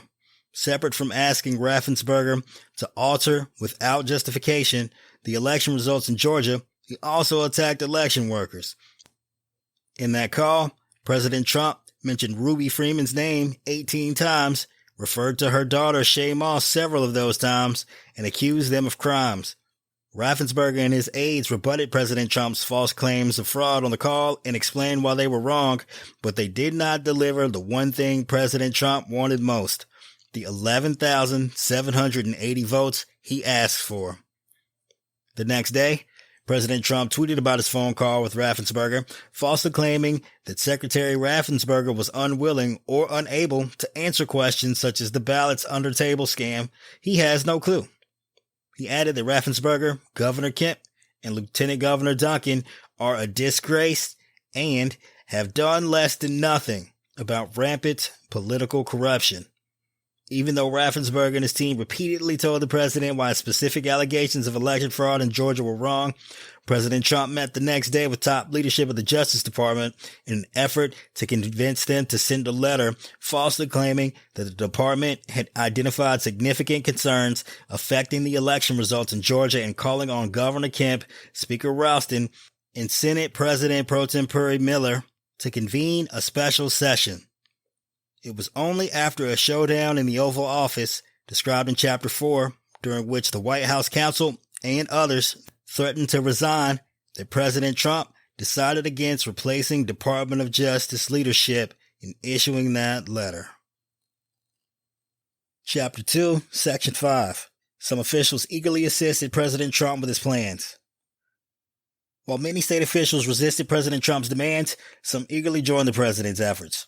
President Trump routinely coordinated with Pennsylvania State Senator Doug Mastriano, whose request led to the November 25, 2020 hotel hearing in Gettysburg, and who traveled to Washington to meet with the president afterward. Senator Mastriano would later charter and pay for buses to Washington for the president's Stop the Steal rally on January 6. It was near the Capitol during the attack, quickly rose to favor with the president. On November 30th, President Trump called Mastriano, interrupting him during a radio interview and telling listeners that Doug is an absolute hero and people are really angry in Pennsylvania. On December 5th, Senator Mastriano sent an email to President Trump's executive assistant, Molly Michael, with a Supreme Court amicus brief for the president that the pair discussed yesterday related to a case brought by Representative Mike Kelly from Pennsylvania against his own state, which the Supreme Court rejected just a few days later. On December 14th, President Trump's assistant sent Mastriano an email from POTUS with talking points promoting a conspiracy theory about election machines. And on December 21st, Mastriano sent another email for President Trump in which he wrote, "Dear Mr. President, attached, please find the killer letter on the Pennsylvania election that we discussed last night that I only just completed." This letter recapped the Gettysburg Hotel hearing on November 25th and claimed that there is rampant election fraud in Pennsylvania that must be investigated, remedied, and rectified. President Trump sent that letter to John Eastman, Acting Attorney General Jeffrey Rosen, Acting Deputy Attorney General Richard Donahue, Rush Limbaugh, former Florida Attorney General Pam Bondi, Lou Dobbs, and others. As January 6th approached, Senator Mastriano and his involvement in attempts to overturn the election only grew. On December 23rd, he had led a second group of Pennsylvania senators for a meeting with Trump in the Oval Office, which Giuliani claimed swayed about 20 of them. Neither Speaker Cutler nor Senate President Corman participated. Mastriano also sent emails indicating that he spoke with President Trump on December 27th, 28th, and the 30th, along with files that President Trump had requested or that he had promised to him. One of these was a pair of letters from state senators asking U.S. Senate Majority Leader Mitch McConnell and House Minority Leader Kevin McCarthy to reject Pennsylvania's electoral votes on January 6th. President Trump's executive assistant notified the White House Director of Legislative Affairs that the president would like the below attached letters to be sent to Mitch and Kevin and all GOP House and Senate members, but was told in reply, given the political nature of the letters, would you mind sending them? On January 5th, President Trump spoke again with Mastriano and then notified the White House operator that Mastriano will be calling for the vice president soon. That evening, Senator Mastriano sent two more emails to the president. One was a letter addressed to Vice President Pence on behalf of nearly 100 legislators from various states. The other was a letter directed to McConnell and McCarthy from Pennsylvania lawmakers, this time asking Congress to postpone acting on the 6th. President Trump tweeted the letter that night, captioning it, "Big news in Pennsylvania." And after midnight, he retweeted that Pennsylvania is going to Trump. The legislators have spoken. As described elsewhere in this report, that letter and letters like it were used in an effort to convince Vice President Pence that he could and should affect the outcome of the joint session of Congress on January 6th. The Select Committee subpoenaed Senator Mastriano to testify about these interactions with Trump and his advisors, among other matters. Unlike numerous other witnesses who complied with subpoenas and provided deposition testimony to the Select Committee, Mastriano did not. He logged into a virtual deposition at the appointed time, but logged out before answering any substantive questions or even taking the oath to tell the truth. The president apparently got what he wanted in state officials like Senator Mastriano, but not those who dared question or outright reject his anti-democratic efforts to overturn the election. In some cases, those who questioned him made the president and his advisors dig in and push harder. On January 1st, campaign senior advisor Jason Miller asked for a blast text and Twitter blast out that would urge President Trump supporters to contact House Speaker Brian Cutler and Senate President Pro Tem Jake Corman to demand a vote on certification. Senator campaign attorneys, however, replied that this might violate Pennsylvania's very stringent lobbying laws and get them prosecuted or fined. Instead, they agreed on a similar call to action aimed at Arizona Governor Doug Ducey and Arizona House Speaker Rusty Bowers, rather than Speaker Cutler and President pro tempore Corman in Pennsylvania. Chapter 2, Section 6, the final outreach to state legislators. The efforts to overturn the election through state legislatures continued throughout the final 2 weeks before the joint session of Congress on January 6th. Based on actual events and documents obtained by the Select Committee, President Trump's campaign team, outside advisors, and motivated volunteers generally acted in accord with what was written down in a strategic communications plan when engaging with and sometimes demonizing state officials. Activities that occurred thereafter were in accord with that plan. The plan was explained in a document that was presented to the White House. The plan contemplated pressuring Republican legislators both in Congress and in 6 key swing states. The document itself purports to be the product of the Giuliani Presidential Legal Defense Team and declared that we have 10 days to execute this plan and certify President Trump. Carrick told the Select Committee that pieces of the plan had been in place for some time before the document was actually created, and that he thought that the catalyst for actually memorializing the plan was the approaching deadline of January 6th. In fact, the 10-day plan to help certify President Trump has been the subject of continual discussions for 6 weeks and was being discussed every day at some point prior to the 10 days that we're talking about. So it was a continuous thing that went on. Ultimately, the Giuliani team shared the strategic communications plan and urged its implementation. Carrick sent the plan to Mark Meadows via email on December 28th with this note, in part. There is only one thing that's going to move the needle and force the legislators to do what they're constitutionally obligated to do, and that is apply pressure. We can do all the investigations we want later, but if the president plans on winning, it's the legislators that have to be moved, and this would do just that. We're just running out of time. Neither Giuliani nor Carrick told the Select Committee that they recalled officially implementing the plan, and Giuliani said that he thought Meadows even rejected it, but there is no doubt that President Trump's team took certain actions consistent with it. The document described his goal as a nationwide communications outreach campaign to educate the public on the fraud numbers and inspire citizens to call upon legislators and members of Congress to disregard the fraudulent vote count and certify the duly elected President Trump. The focus of the campaign was swing state Republican senators in Arizona, Georgia, Michigan, Nevada, Pennsylvania, and Wisconsin, Republican members of the House, and Republican members of the Senate. Among the steps that it recommended were rallies and protests in 6 key swing states, including protests at governors' mansions, lieutenant governors' homes, secretary of state's homes, and weak members' homes. Although the plan did not mention specific individuals by name, an apparently related document produced to the Select Committee by Giuliani did, naming state legislators' leaders as targets under a header of key target state points, including Arizona House Speaker Rusty Bowers, Arizona Senate President Karen Fann, incorrectly described as State Senate's Majority Leader, Georgia House Speaker David Ralston, Georgia Senate Majority Leader Mike Dugan, Georgia Senate President pro tempore Butch Miller as a possible backup, Michigan House Speaker Lee Chatfield, Michigan Senate Majority Leader Mike Shirkey, Pennsylvania House Speaker Brian Cutler, Pennsylvania House Majority Leader Kerry Binninghoff, Pennsylvania State President pro tempore Jay Corman, Pennsylvania Senate Majority Leader Kim Ward, Wisconsin State Assembly Speaker Robin Voss, and Wisconsin Senate Majority Leader Scott Fitzgerald. Consistent with these proposals, Giuliani appeared as a guest on the Steve Bannon podcast on New Year's Eve and told him that we have a weak element to our party, a cowardly element, and now I think every Republican knows, maybe this is worse. This election was stolen. Now the question is, can they live up to their oath of office? We gotta start working on the leadership. Giuliani also described President Trump's objective in this effort. For the president, the way forward is really, it's in the hands of the leaders of those legislatures and the members of Congress. And what our people can do is let them know what they think and that they're not going to get away with pushing this aside. That the consequences of turning your back on a massive voter fraud are going to be dire for them. And historically, these people are going to become enemies of the country. A key component of this plan was to call out Republican officials who rejected President Trump and his team's efforts or claims of fraud. Carrick and numerous other members of the campaign's legal team did just that. On December 27th, Carrick suggested that Senator Pat Toomey from Pennsylvania was corrupt and said that for any Pennsylvania official to certify their vote, it's malfeasance and criminal. That was entirely consistent with Carrick's past tweets about the election, one of which apparently called public officials who betrayed President Trump spineless, disloyal maggots.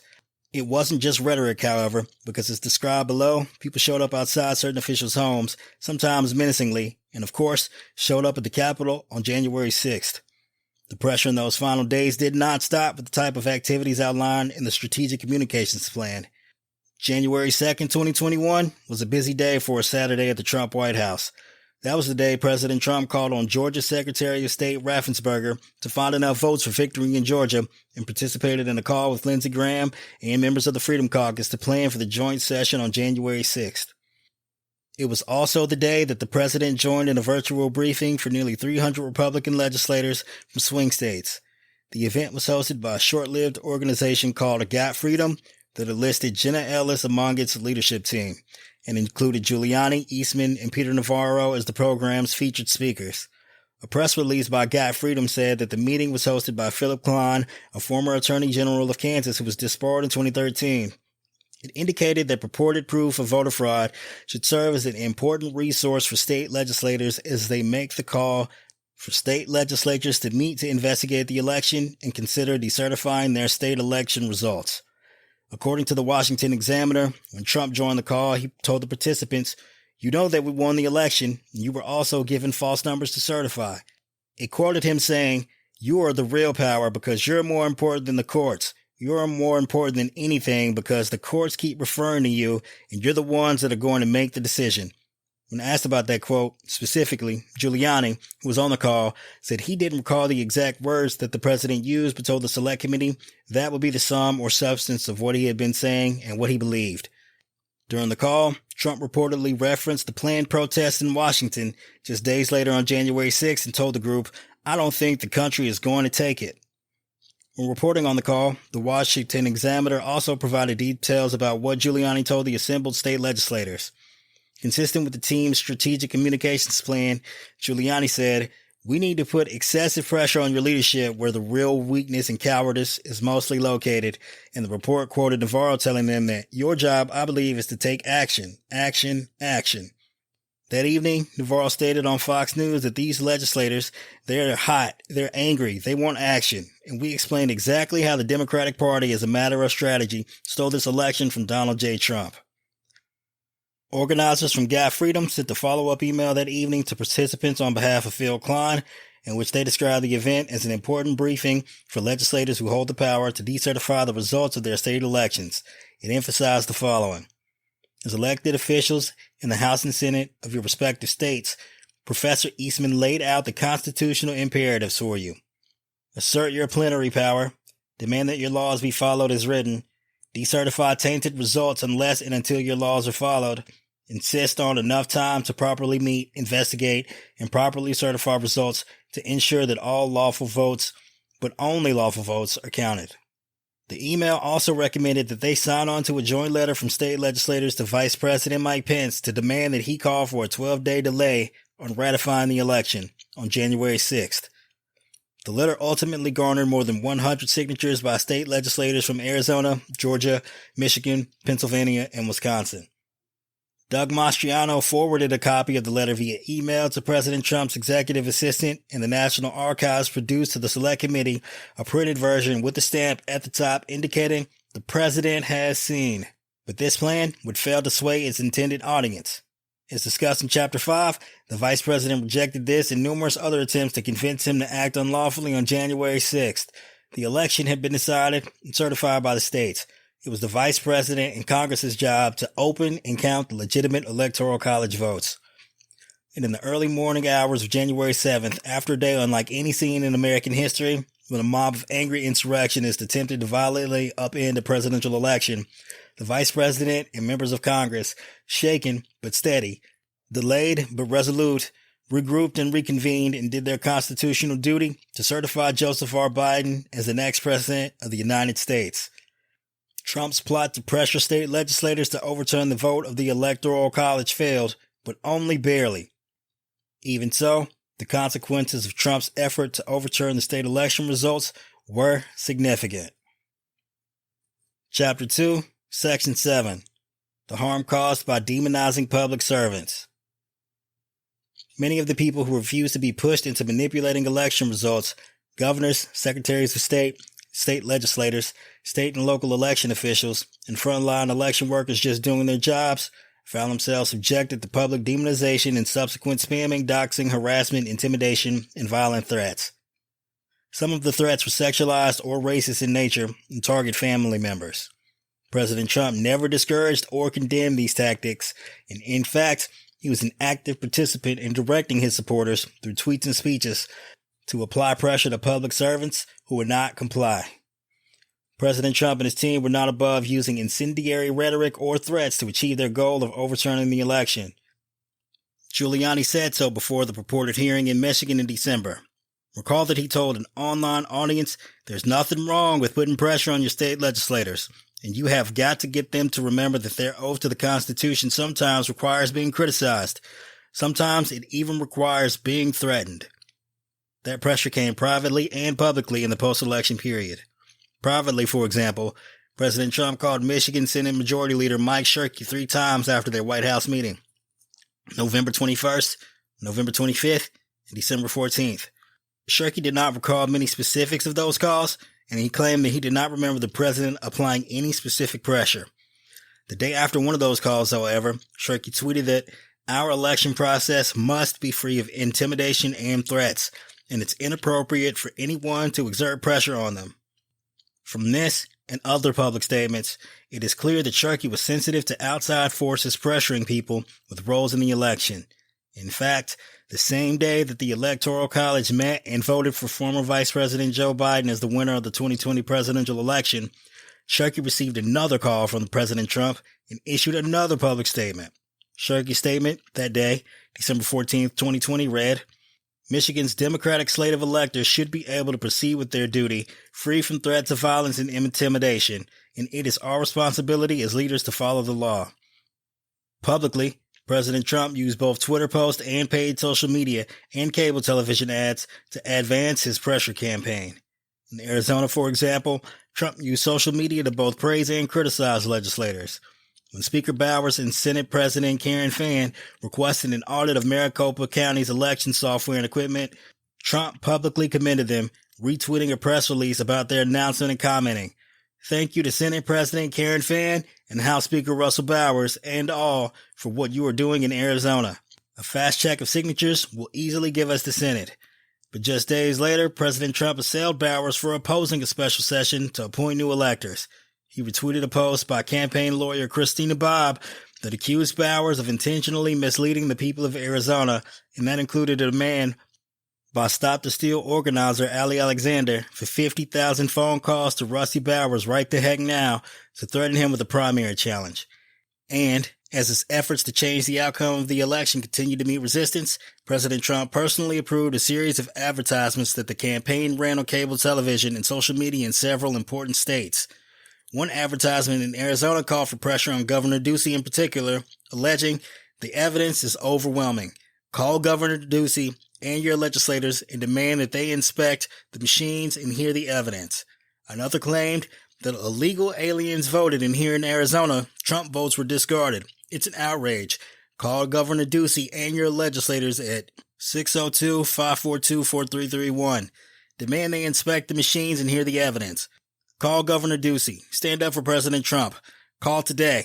Paid for by Donald J. Trump for President, Inc. Several days earlier, Trump campaign senior advisor Jason Miller had explained the intention for this round of advertisements in an email. He wrote that the president and Mayor Giuliani want to get back up on TV ASAP, and Jared Kushner has approved in budgetary concept, so here's the game plan. In order to motivate the GOP base to put pressure on the Republican governors of Georgia and Arizona and the Republican-controlled state legislatures in Wisconsin and Michigan to hear evidence of voter fraud before January 6th. Miller anticipated a budget of $5 million and asked for the messaging to follow an earlier round of advertisements, but the endings needed to be changed to include phone numbers and directions to call the local governor or state legislature. On December 22nd, Jason Miller texted Jared Kushner that POTUS has approved the buy. References to anger and fighting were featured in some of the president's remarks during that period. After the Georgia Secretary of State's Chief Operating Officer, Gabriel Sterling, made an impassioned public plea and accurately warned that someone would die as a result of the threatening election-related rhetoric that President Trump failed to condemn, President Trump dismissively tweeted in response, "Rigged election. Show signatures and envelopes. Expose the massive voter fraud in Georgia. What is Secretary of State Brian Kemp afraid of? They know what we'll find." The president also tweeted that between Governor Ducey in Arizona and Governor Kemp in Georgia, the Democratic Party could not be happier because the Republicans fight harder against us than they do the radical left and were single-handedly responsible for losing him both states, something that Republicans will never forget. Regarding Kemp, he asked, "What's wrong with this guy? What is he hiding?"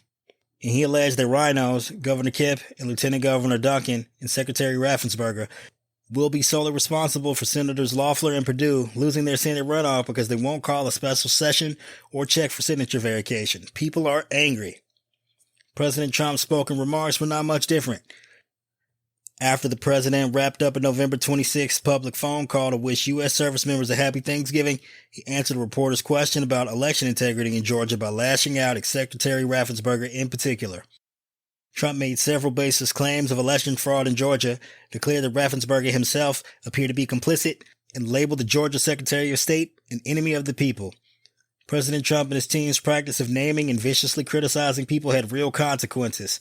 Philadelphia City Commissioner Al Schmidt's story, recounted earlier, is just one of many examples, and the consequences weren't just limited to high-profile public figures.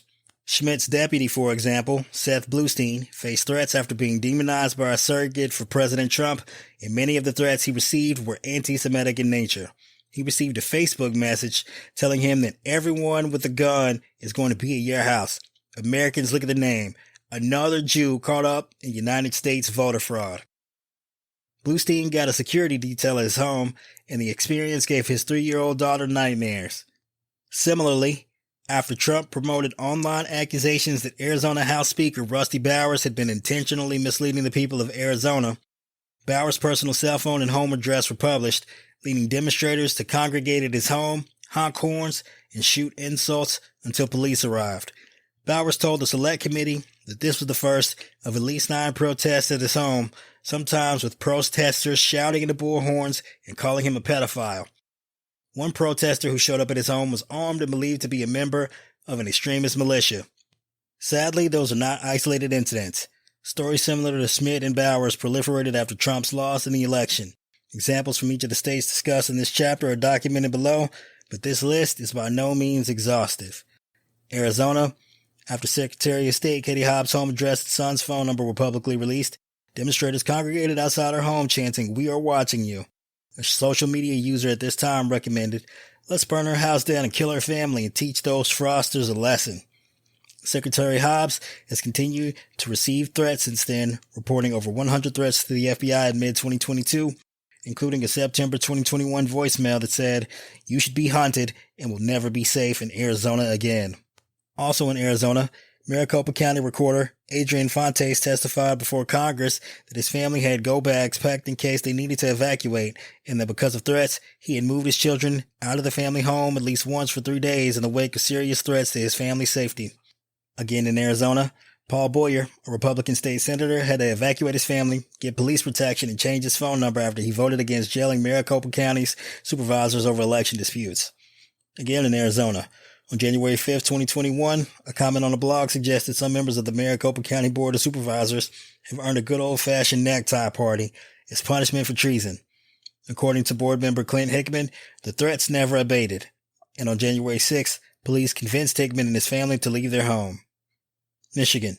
Secretary of State Jocelyn Benson and her family were driven out of their home for several days after dozens of protesters with bullhorns and firearms congregated outside, shouting obscenities and graphic threats into bullhorns while she spent time with her son and got him ready for bed. Secretary Benson said that she only feels safe sometimes as a result of continuing threats.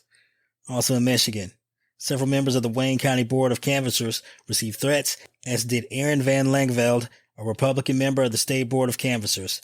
Van Langveld was bombarded with communications, and people began showing up at his family's home, forcing police to ensure him and his family's safety and escort him across the state after he voted to certify Michigan's election. Also in Michigan, Detroit City Clerk Janice Winfrey, a Democrat, and a Rochester Hills City Clerk Tina Barden, a Republican, were both targeted. Barden had never before received a death threat in over a decade of work as an election official, but as a result of the 2020 presidential election, was subject to a torrent of threats and harassment, such as an anonymous caller who repeatedly threatened to kill her and her entire family. Winfrey was confronted outside her home by a man who indicated that he had been surveilling her and that "you were going to pay dearly for your actions in this election." She started carrying a firearm because death threats against her continued. Again in Michigan, Michigan House Speaker Lee Chatfield confirmed that, quote, "I and my family have received numerous threats along with members on both sides of the aisle." This included the top Democrat on Michigan's House Oversight Committee, Representative Cynthia Johnson, who was threatened with lynching after she challenged the witnesses that Giuliani offered to her committee. One caller who allegedly threatened to kill Rep. Johnson and wipe out her family in December 2020 called the Capitol again on the morning of January 7, 2021, and said that everyone better get out of the building because it's going to fucking explode. Pennsylvania.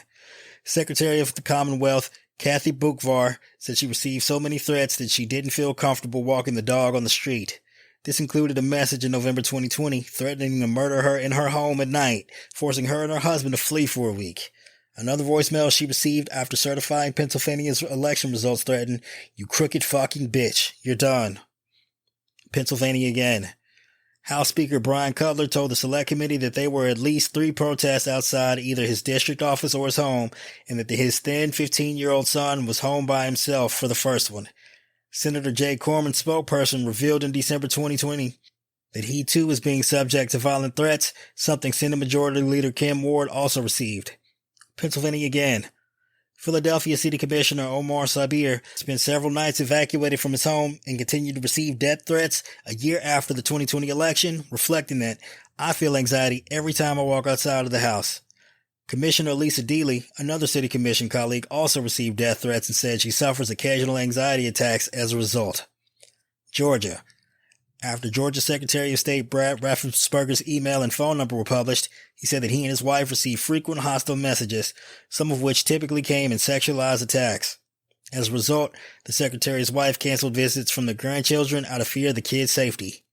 That was not an overreaction, as that came after police found self-identified members of the Oath Keepers outside their homes and after someone broke into their daughter-in-law's house. Also in Georgia, on January 5th of 2021, Governor Kemp and Secretary Raffensperger reportedly named in a Craigslist post encouraging people to put an end to the lies of these traitors. Also in Georgia, Fulton County Elections Director Richard Barron was named and depicted on screen in the video President Trump played at his December 5th rally.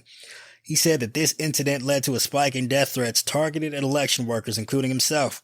His team's registration chief, Ralph Jones, received death threats following the election, including one calling him a, quote, "nigger who should be shot," and another threatening to, quote, "kill him by dragging his body around with a truck." Again in Georgia, election offices in 10 Georgia counties received email threats of bombings that would, quote, "make the Boston bombings look like child play," and that the death and destruction would continue until Trump is guaranteed to be POTUS. One of the most striking examples of the terror that President Trump and his allies caused came in Georgia, where election workers Ruby Freeman and Shay Moss, mother and daughter, were besieged by incessant, terrifying harassment and threats that often evoked racial violence and lynching, instigated and incited by the President of the United States. As described earlier in a state legislative hearing in Georgia, Giuliani publicly and baselessly accused Freeman and Moss of engaging in criminal conduct. He showed a video of Freeman passing Moss a ginger mint before claiming that the two women, both black, were smuggling USB drives as if they're vials of heroin or cocaine. Trump also seemed fixated on Freeman and Moss too. He played surveillance video showing them inside the State Farm Arena at a December 5th rally in Georgia and mentioned Freeman by name 18 times during the January 2nd call to Secretary of State Raffensperger, in which he asked the Secretary to simply find enough votes to ensure victory. Freeman's and Moss's lives were forever changed. After their contact information was published, they were besieged by the president's supporters. In early December of 2020, Freeman told police that she had received hundreds of threats at her home. Moss's son also started receiving threatening phone calls, including one stating that he should hang alongside his, quote, "nigger mama." In the wake of President Trump's December 5th, 2020 rally, Freeman called 911 because strangers had come to our home trying to lure her out, sending threatening emails and text messages. She pleaded with the 911 dispatcher for help after hearing loud banging on her door just before 10 p.m. Quote, "Lord Jesus, where's the police?" she asked the dispatcher. "I don't know who keeps coming to my door. Please help me." Ultimately, Freeman fled from her own home based on advice from the FBI. She would not move back for months. In her testimony to the Select Committee, Freeman recounted how she received hundreds of racist, threatening, horrible calls and messages, and that now there is nowhere I feel safe. Nowhere. But it's not just a sense of security that the president and his followers took from Freeman. She told the Select Committee that she had also lost her name and reputation. "My name is Ruby Freeman. I've always believed that when God says that he'll make your name great, but this is not the way it was supposed to be. I could have never imagined the events that followed the presidential election in 2020. For my entire professional life, I was Lady Ruby. My community in Georgia, where I was born and lived my entire life, knew me as Lady Ruby. Now I won't even introduce myself by name anymore. I get nervous when I bump into someone I don't know in the grocery store who says my name. I'm worried about who's listening. I get nervous when I have to give my name for food orders. I'm always concerned of who's around me. I've lost my name and I've lost my reputation. I've lost my sense of security, all because a group of people, starting with number 45 and his ally Rudy Giuliani, decided to scapegoat me and my daughter Shay to push their own lies about how the presidential election was stolen. Freeman's sense of dread is well-founded.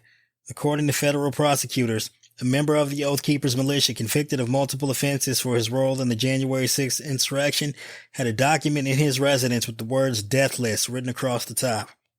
His death list contained just two names, Ruby Freeman and Shay Moss.